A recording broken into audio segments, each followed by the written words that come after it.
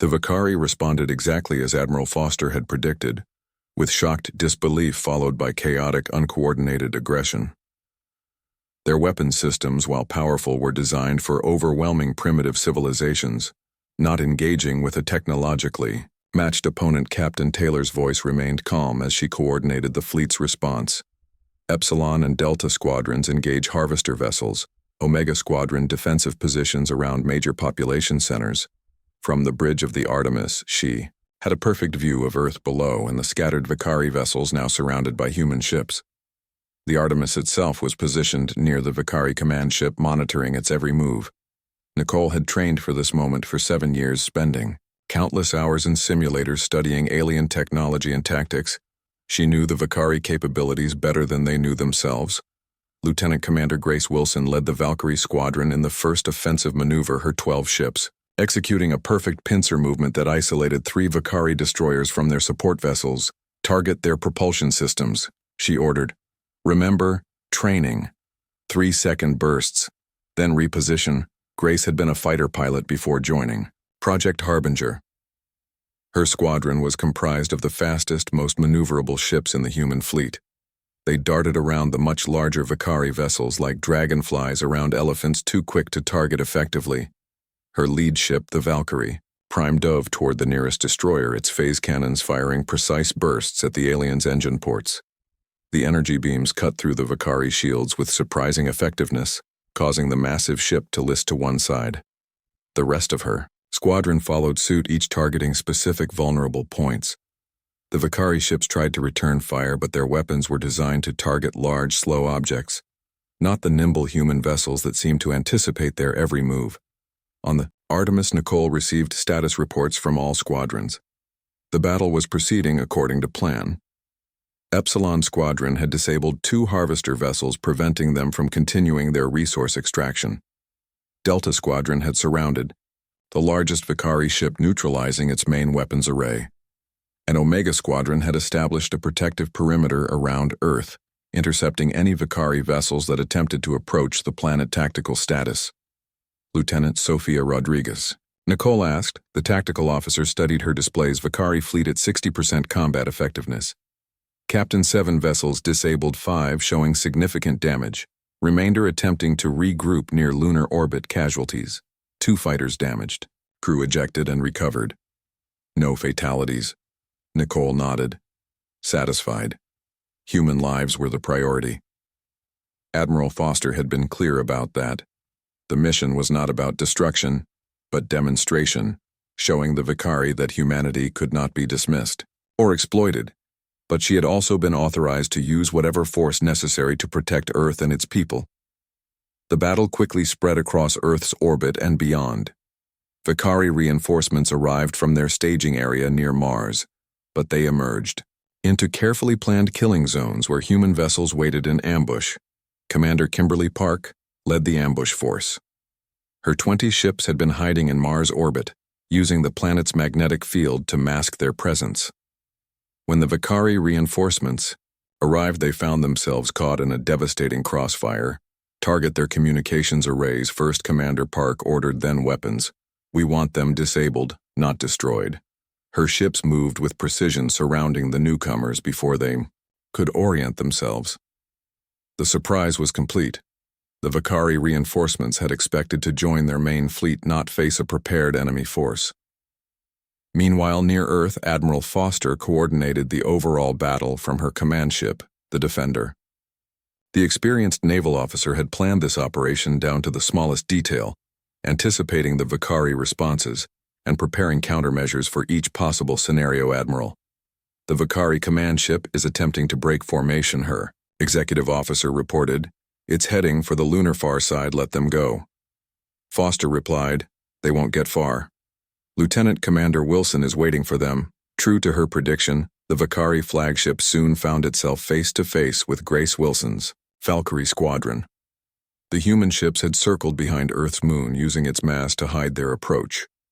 When the Vakari ship appeared, they were perfectly positioned to cut off its escape. On the Vakari command ship, Overseer Zex Kaltar raged as his tactical display showed one red indicator after another. Impossible. Where did they get this technology? How did we not detect these vessels? The answer came in the form of Dr. Heather Collins' voice, broadcasting directly to his command center through channels that should have been secure. You looked but didn't see. You heard but didn't listen. You cataloged but didn't understand. That was your mistake. The message was followed by a comprehensive data package showing the location of the ancient alien, ruins beneath the Mariana Trench.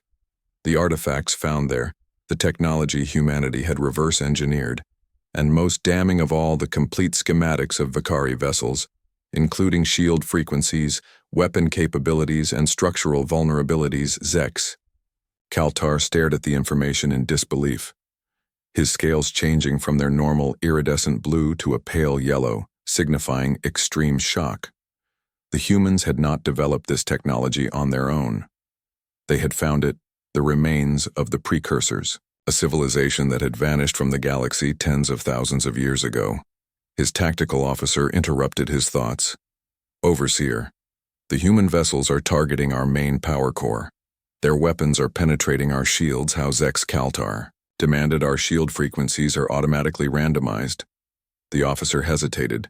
They appeared to be predicting the frequency shifts, impossible unless they understood the underlying algorithm. Zex Kaltar finished. The thought was terrifying. The precursor technology had been considered mythical by many Vakari scientists. Stories told of a civilization so advanced, they had mastered energy matter and even time itself, before disappearing completely, leaving only scattered ruins throughout the galaxy. And now humanity had found those ruins, had understood the technology, had improved upon it. That changed everything. The humans were no longer just another primitive species to be harvested. They were potentially the heirs to the most advanced civilization the galaxy had ever known. Aboard the Artemis, Captain Taylor received an unexpected communication from the Vakari command ship. The overseer wishes to speak with the human leader. Lieutenant Andrea Lee reported. Nicole considered this development. The battle was proceeding well. Human forces had gained tactical superiority with minimal casualties. The Vakari fleet was surrounded, disabled, or in retreat. There was no practical reason for the aliens to request communication unless they realize what we found, Nicole said aloud. Put the overseer on screen. The main display changed, showing Zex Kaltar's alien features. His six-limbed form towered over his subordinates, his scales now a mottled mixture of colors indicating extreme emotional disturbance. Captain Taylor, I request a cessation of hostilities, the alien said through his translation device. There has been a misunderstanding. Nicole kept her expression neutral. I am listening. Overseer, you have found the precursor technology, Zex Kaltar stated. This changes your status under galactic protocol. Had the Vakari known about the ruins before arriving at Earth? Nicole wondered, or had they discovered humanity's secret during the battle? Either way, it was clear the aliens now understood that humanity was not as primitive as they had assumed. Admiral Foster had anticipated this possibility, had prepared Nicole for it. This was the real purpose of Operation Skyfall. Not just to defend Earth, but to establish humanity's place in the galactic community. The tide turned definitively when the second phase of humanity's plan activated. From secret bases on Mars and Venus established years earlier, under the guise of failed colonization, additional human vessels emerged, catching the Vakari reinforcements in a devastating crossfire. These bases had been the most difficult to establish, requiring years of secret missions disguised as scientific expeditions, but the effort had been worth it. The Vakari had been monitoring Earth, not the entire solar system. Their focus on the main planet had blinded them to humanity's activities elsewhere. Commander Amber Riley led the Venus contingent, her 15 ships rising from hiding places within the planet's thick acidic clouds. Her squadron specialized in electronic warfare. Each vessel equipped with systems designed to disrupt Vakari communications and targeting. Jam their coordination frequencies, she ordered target designations to follow. The effect was immediate. The remaining Vakari ships lost their ability to communicate with each other, their coordinated defense falling apart as each vessel was forced to act independently. From Mars, Commander Elaine Peterson launched a similar attack. her 20 ships emerging from underground hangars built into the Red Planet's vast canyon systems. They carried the heaviest weapons in the human fleet, phase cannons capable of penetrating even the strongest Vakari shields. By the battle's 14th hour, 17 Vakari ships had been destroyed or disabled. The remainder retreated to a defensive position behind Earth's moon. Their communications frantic as they called for assistance from their central fleet. Help would not arrive in time on Luna base. Commander Wright monitored the battle's final stages. The human fleet had performed beyond expectations, their ships proving faster, more maneuverable, and more effective than even the most. The day the sky opened began like any other under Vakari occupation. Their ships maintained their positions, their harvesting operations continued, and their patrols swept across Earth's major cities with typical arrogance. The morning sun rose over the Atlantic Ocean, casting golden light on the water and the massive alien vessel that hovered above it. The ship was performing its daily extraction routine, pulling minerals from the ocean depths with beams of green energy that turned the surrounding water into steam. On the beaches of Portugal, people gathered to watch. Some took pictures while others simply stared. Many had grown accustomed to the sight in the 6 months since the aliens arrived. Their initial fear had faded, replaced by a dull acceptance of the new normal. Humans were no longer alone in the universe, and their new neighbors were not friendly. Aboard the Vakari command vessel, Fleet Overseer Zex Kaltar reviewed the daily reports with bored detachment. The humans had grown, increasingly compliant in recent weeks, a sign they were finally accepting their place in the galactic hierarchy. The Vakari command ship was the largest in their fleet, a massive structure that resembled a mountain range floating in space. Its interior was a maze of chambers and corridors designed for the 6-limbed aliens with atmospheric conditions that would kill a human in minutes. Zex Kaltar had a private chamber near the top of the vessel, from which he could observe Earth and the ongoing harvest operations. Overseer, one of his subordinates, chittered. "We are detecting unusual seismic activity in the southern polar region." The subordinate, a younger Vakari named Nyx Vral, had been monitoring the planetary sensors. Her scales were still bright, showing her youth and inexperience. She had joined the expedition as part of her training, believing that observing a primitive world would be educational, but not challenging. Zex Kaltar dismissed the concern with a casual flick of his upper appendage. "This planet constantly trembles and shifts. It is of no consequence." He turned his attention back to the resource extraction reports. The oceanic deuterium harvesting would begin tomorrow and would represent their most significant operation. On this planet thus far, High Command would be pleased with the results, but the trembling was of consequence. 2 miles beneath the Antarctic ice, Susan Porter gave the final authorization: execute Operation Skyfall across the globe. Hidden launch facilities activated simultaneously. In the Sahara Desert, beneath the Amazon rainforest, under the Pacific Ocean floor, and within hollowed-out mountains in the Himalayas, humanity's secret preparations revealed themselves. At each location, powerful generators engaged, creating quantum fields that bent the fabric of reality itself. The air shimmered and distorted as enormous amounts of energy were channeled through systems based on technology thousands of years more advanced than what humans had previously possessed. In the command center beneath Antarctica, Susan Porter watched as the countdown reached 0. A blue wave of energy washed over the assembled fleet, and then the chamber was empty. All 2,000 ships had transitioned into subspace A, dimension parallel to normal reality where they could move undetected. The phase shift was nearly instantaneous. One moment, Earth's orbit contained only the 27 Vakari vessels. The next, over 2,000 human warships materialized in a perfectly coordinated formation, each vessel positioned to optimal tactical advantage. From her command chair on the flagship Artemis, Captain Nicole Taylor broadcast on all frequencies, ensuring the Vakari received the message in their own language. "This is humanity," she said, her voice steady and clear. "We reject your terms. These are ours, on the Vakari command vessel." Alarms blared as sensors detected the sudden appearance of hundreds, then thousands of unknown vessels. Zex Kaltar rushed to the central Observation chamber, his scales changing color in shock and disbelief. Impossible, he hissed. Where did these ships come from? Nix. Viral worked frantically at her station. The vessels appeared simultaneously, sir. They seem to be using a form of quantum phase technology similar to our deep space scouts but far more advanced. How many Zex? Kaltar demanded. The young officer hesitated. Our sensors show 2,047 vessels, sir. Many are small, but at least 500 are combat-capable Zex. Kaltar stared at the tactical display. His 27 ships were completely surrounded. The formation was perfect, cutting off all possible escape routes. Each Vakari vessel now faced multiple human ships. Though smaller than the alien craft, the human vessels had positioned themselves at the exact points where the Vakari shields were weakest. They cannot be human technology. Zex, Kaltar insisted. This primitive species barely managed to reach their own moon. He activated the communication system. We must contact the harvester ships, warn them. The message sent, but no response came back.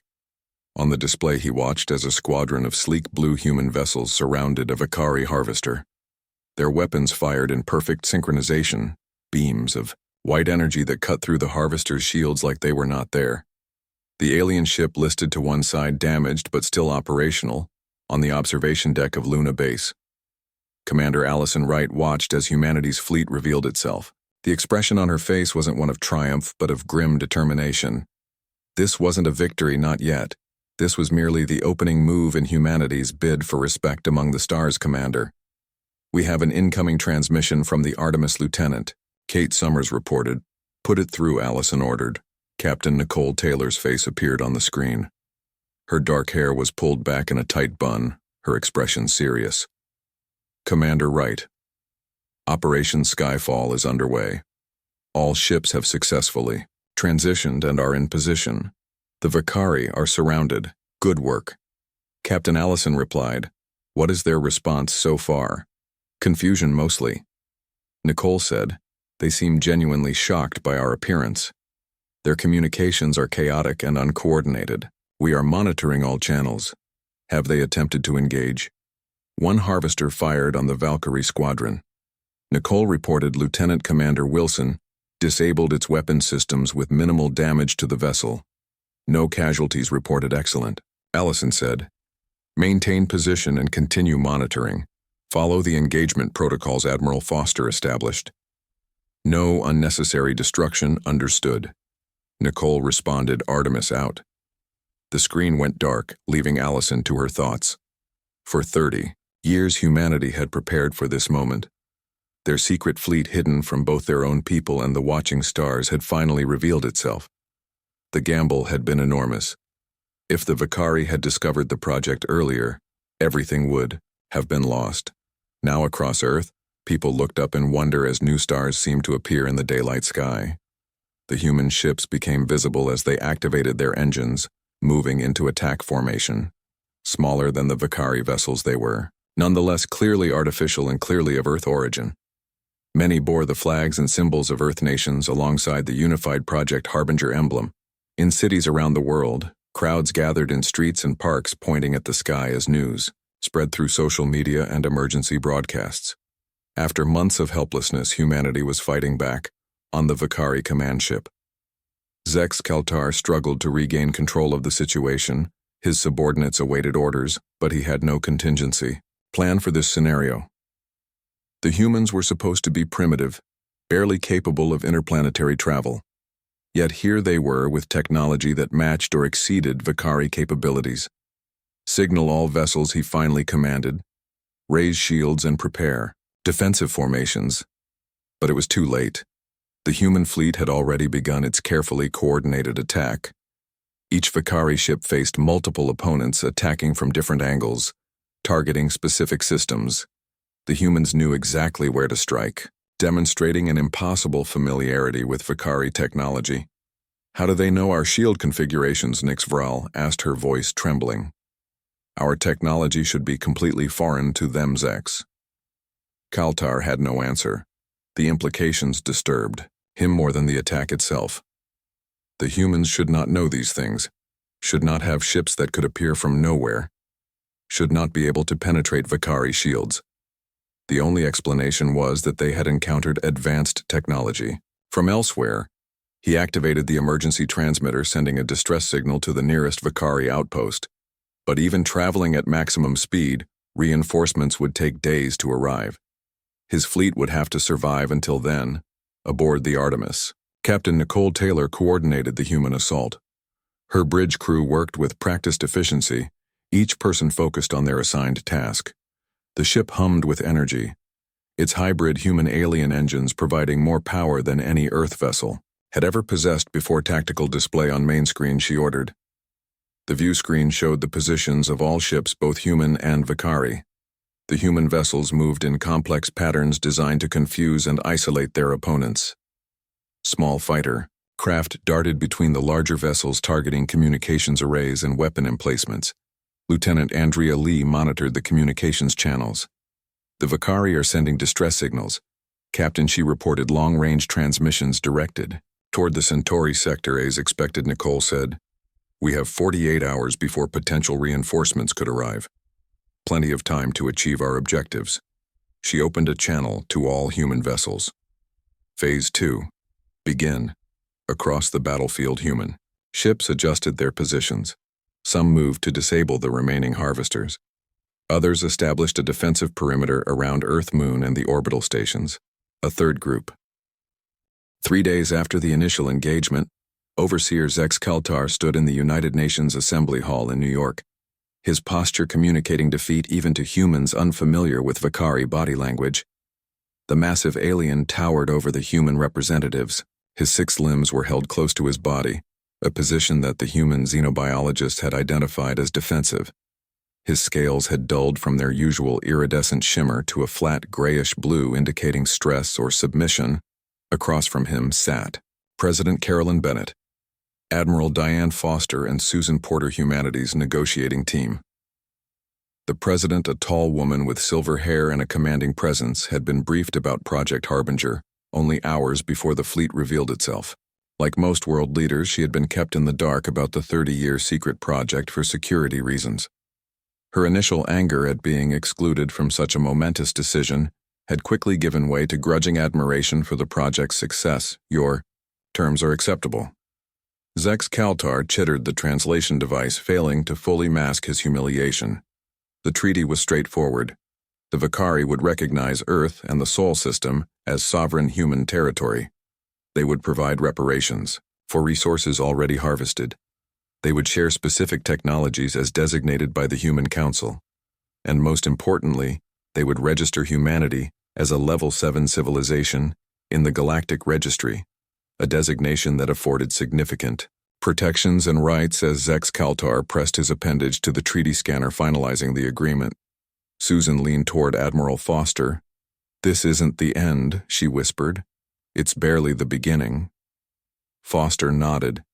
Intelligence gathered from captured Vakari databases had revealed a vast, complex galactic community comprising thousands of species across multiple spiral arms. Some would be allies, many would be threats. The signing ceremony was being broadcast around the world, on every continent. In every country, humans watched as their species took its first official step onto the galactic stage. The images were both triumphant and sobering. An alien representative acknowledging humanity's power, while human ships maintained their protective formation in orbit in Antarctica. The command center beneath the ice was now fully staffed again. Engineers and scientists analyzed data from the battle, assessing the performance of humanity's ships and weapons. The results were encouraging. The phase cannons had exceeded expectations. The shield technology had withstood all Vakari counterattacks, and the phase shift drives had functioned perfectly, allowing the fleet to appear exactly where planned. Dr. Heather Collins reviewed the findings with satisfaction. Her theoretical work had been validated in combat conditions. The quantum equations she had derived from the precursor artifacts had translated perfectly into functional technology. More importantly, she had already identified several potential improvements based on observations during the battle. She believed the phase cannons could be made 20% more efficient. The shields could be reinforced against specific frequencies used by Vakari weapons, and the phase shift drives could potentially be modified to allow for longer jumps extending humanity's reach beyond the solar system, in orbit around Earth. Captain Nicole Taylor supervised the redeployment of the human fleet, with the immediate threat neutralized. The ships were being positioned to defend against potential new challenges. The massive vessels of the Galactic Council remained at the edge of the solar system, observing but not interfering. Their presence was a reminder that humanity had entered a larger community, one with its own rules and power structures. Lieutenant Andrea Lee approached her. Captain Council representatives are requesting permission to send a delegation to Earth. Nicole nodded. They were expected.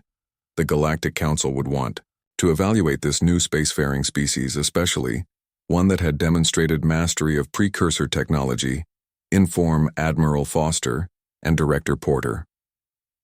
Then grant permission for one vessel to approach Escort Protocol Epsilon. The Council ship that, detached from the main fleet, was unlike anything humans had seen before. Neither bulky like Vicari vessels nor sleek like human ships, it seemed to shimmer and change as it moved, as if its structure was not entirely solid. The effect was both beautiful and unsettling. On Luna Base, Commander Allison Wright monitored the approaching vessel. "Its design is remarkable," she said to Lieutenant Kate Summers. "Almost organic." The Council ship docked at the newly established Orbital Diplomatic Station, a neutral facility created specifically for meetings with non-human species. The station had been one of Project Harbinger's contingency preparations, built in secret and kept in standby mode until needed. The Council representatives emerged from their vessel, revealing themselves to human eyes for the first time.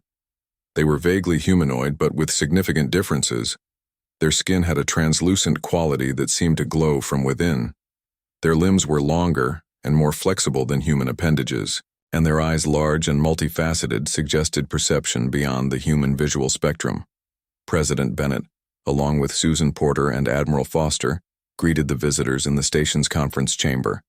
The Council representative spoke through translation devices similar to but more sophisticated than those used by the Vicari.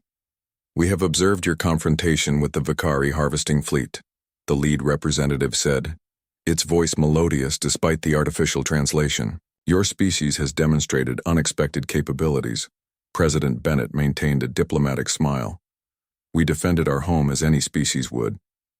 The Council representative tilted its head, a gesture that seemed to indicate curiosity.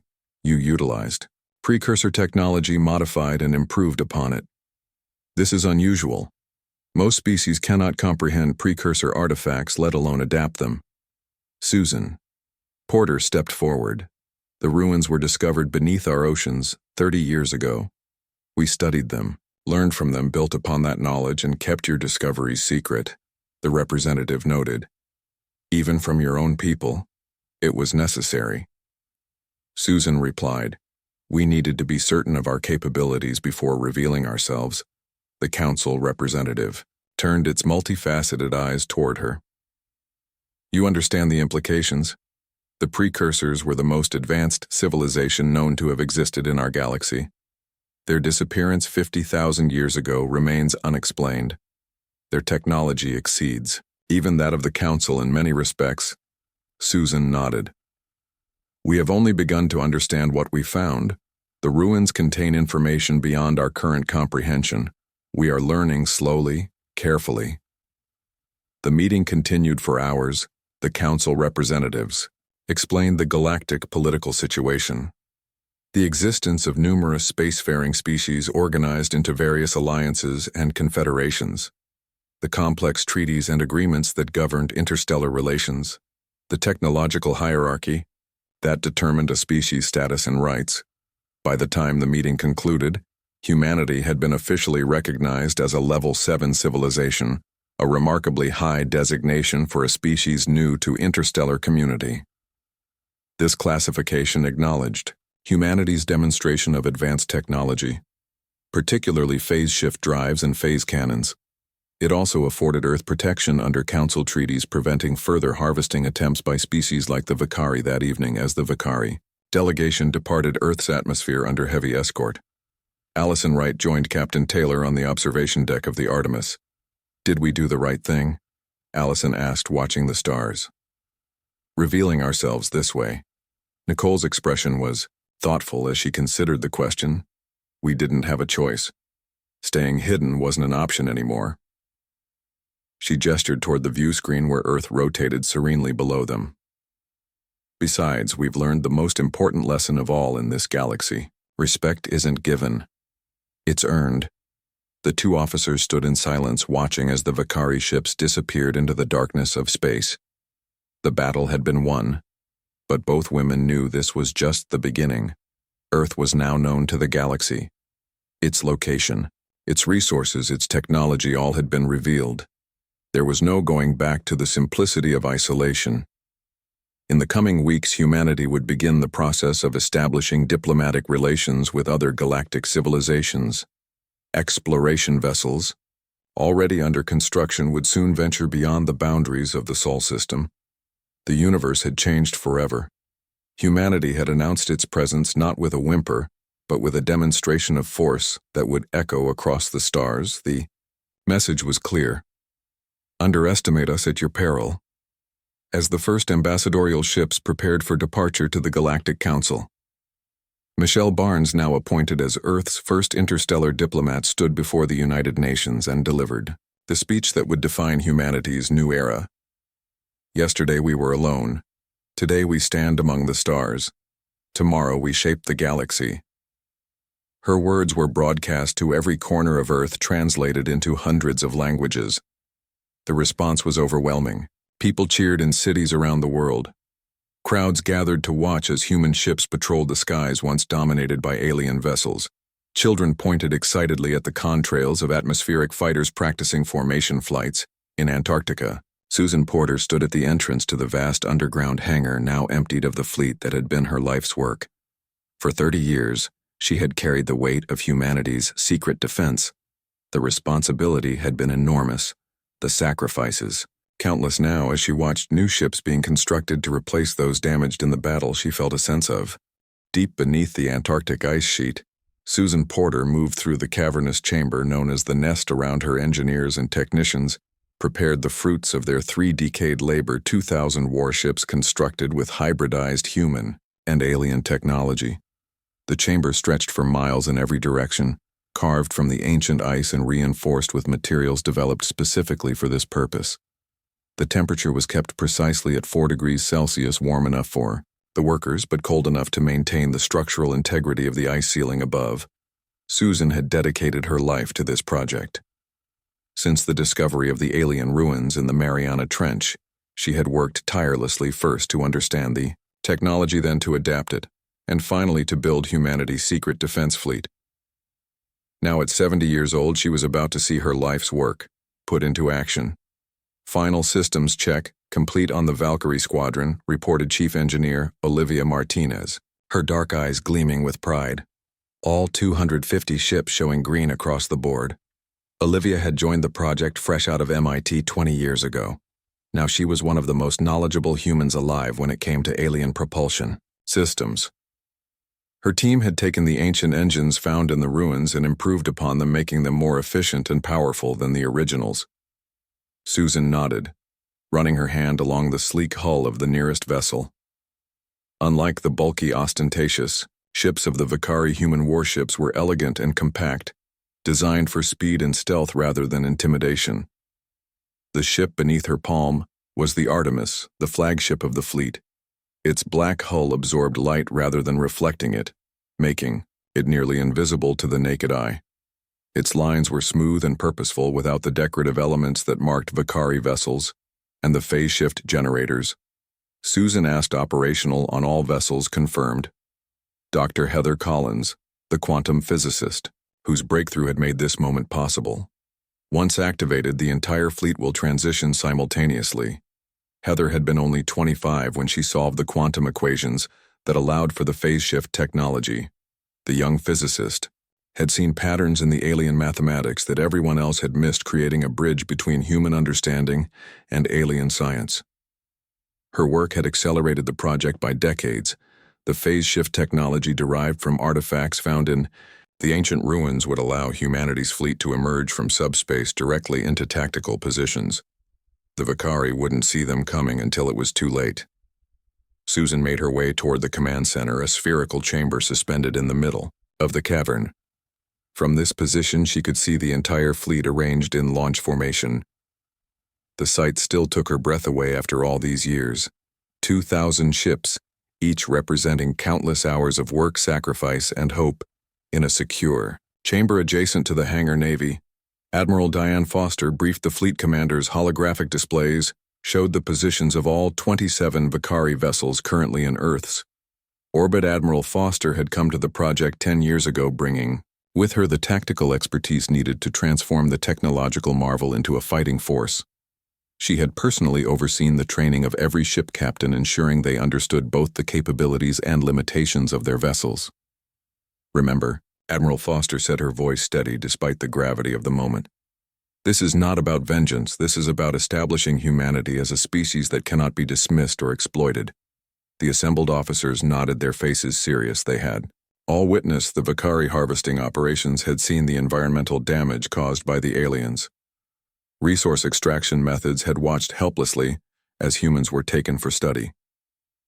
Some harbored anger, but all understood that this operation was about survival, not revenge. "We will deploy in 5 waves. Foster continued, pointing to the tactical display. "Wave 1 will consist of the Valkyrie and Hermes squadrons positioning themselves around the largest Vakari harvesters. Wave 2 will target their command vessels. Wave 3 will establish a defensive perimeter around Earth. Wave 4 will move to protect our lunar and orbital facilities, and Wave 5 will remain in reserve, ready to respond to unexpected developments." She turned to face the commanders directly. Every ship captain had been chosen for their exceptional abilities. Most had served in Earth's various navies and air forces before being recruited for this secret project.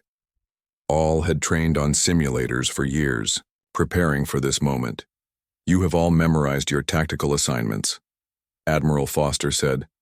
"Know your targets, know your escape routes, and know your limits. These ships represent our best technology, but they are not invincible. Neither are UAs." The briefing continued. A young communications officer named Michelle Barnes quietly slipped Susan a datapad. The latest intelligence from their deep cover operative embedded within the Vakari command ship indicated that the aliens were planning a major harvest operation, one that would devastate Earth's ecosystem. The Vakari planned to begin large-scale extraction of oceanic deuterium within 48 hours. Michelle whispered, "Their estimates suggest removing 70% of Earth's heavy hydrogen reserves." Susan felt a chill run through her body. Such an operation would devastate marine life worldwide and severely impact Earth's climate. The timetable would need to be accelerated. Humanity couldn't wait any longer. She approached Admiral Foster, showing her the intelligence. The Admiral read it quickly, her expression hardening. "How reliable is this information?" Susan asked. "Our operative has never been wrong before," Michelle replied. "Their position in the Vakari hierarchy gives them access to all resource planning data." Foster nodded grimly. "We need to move up the timeline," she said. "Can the fleet be ready in 48 hours? Susan considered the question. The original plan had called for a final 72 hours of preparations. But the ships were essentially ready. The crews were trained. The weapons were operational. What remained were final checks and backup system verifications. Important, but perhaps not essential. "Yes." She decided, "We can be ready." Foster turned to her communications. "Officer, alert all ship captains." She ordered new deployment time 48 hours from now. Market Operation Skyfall is moving to accelerated timetable.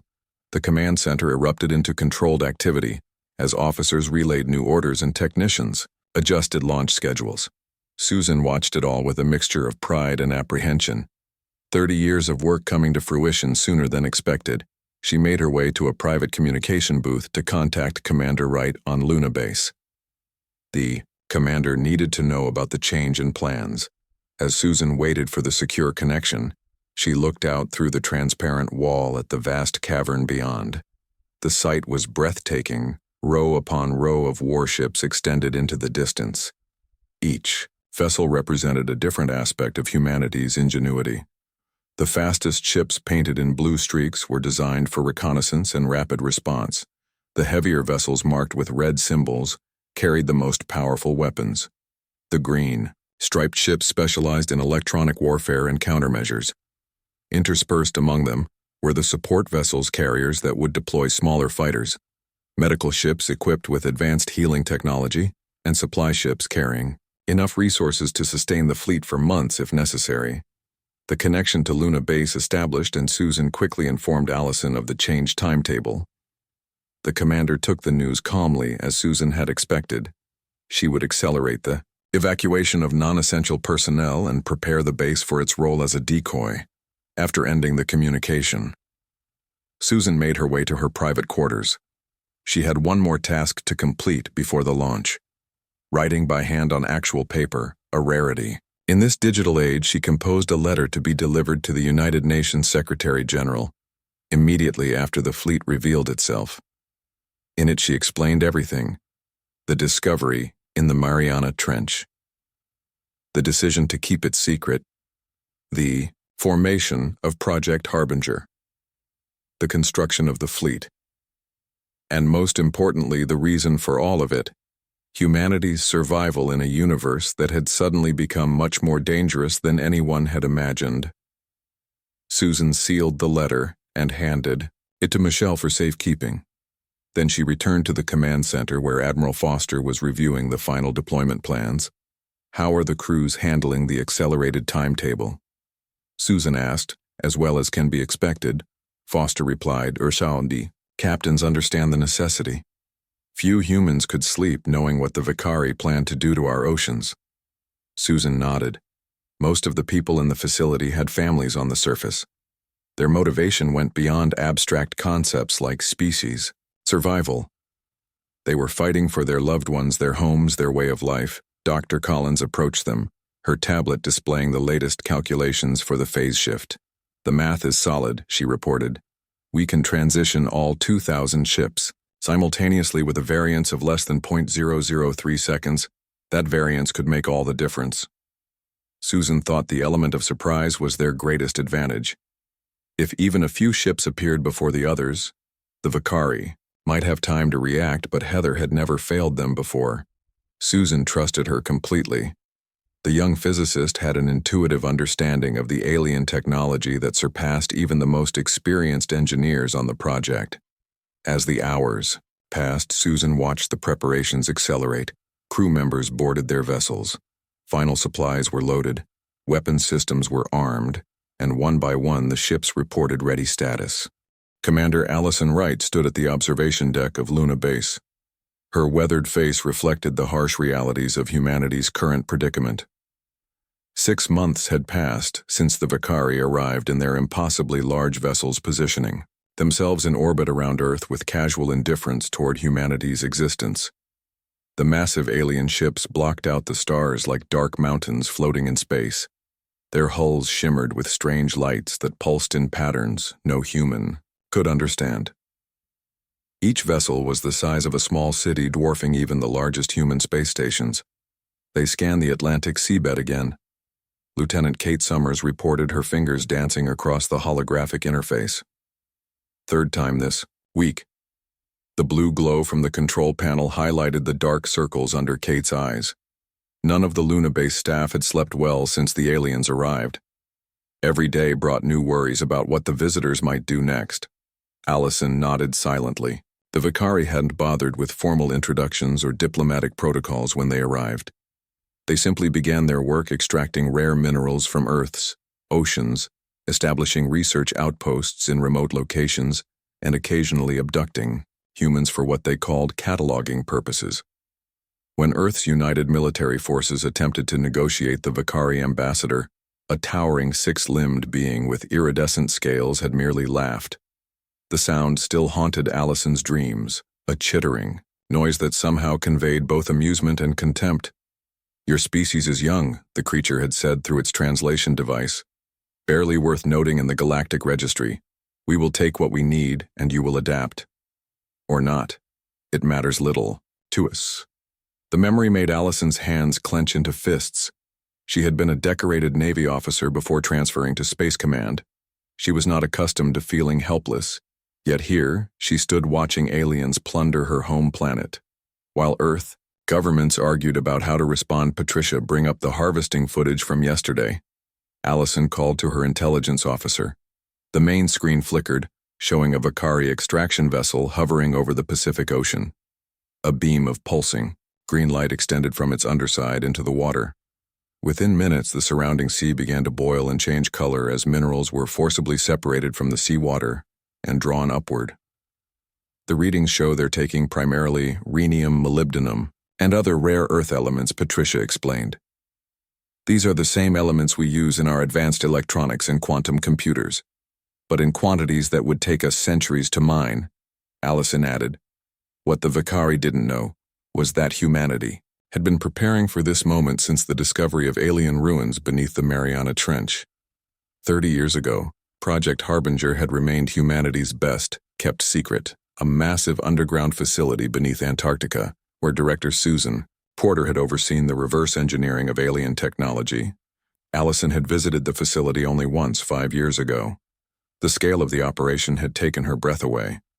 Thousands of engineers, scientists, and military personnel working in enormous, underground chambers built into the Antarctic bedrock, all developing technology based on artifacts that predated human civilization. Her secure comm unit vibrated against her wrist. Allison stepped away from her officers and checked the message. It was simple. Countdown initiated 72 hours. Her heart rate increased. She had known this day would come, had trained for it, yet the reality still sent a surge of adrenaline through her body. In 3 days, everything would change. Lieutenant, I need a secure channel to McMurdo Station, Allison said, keeping her voice steady. Kate looked up from her station. Yes, Commander, priority level highest.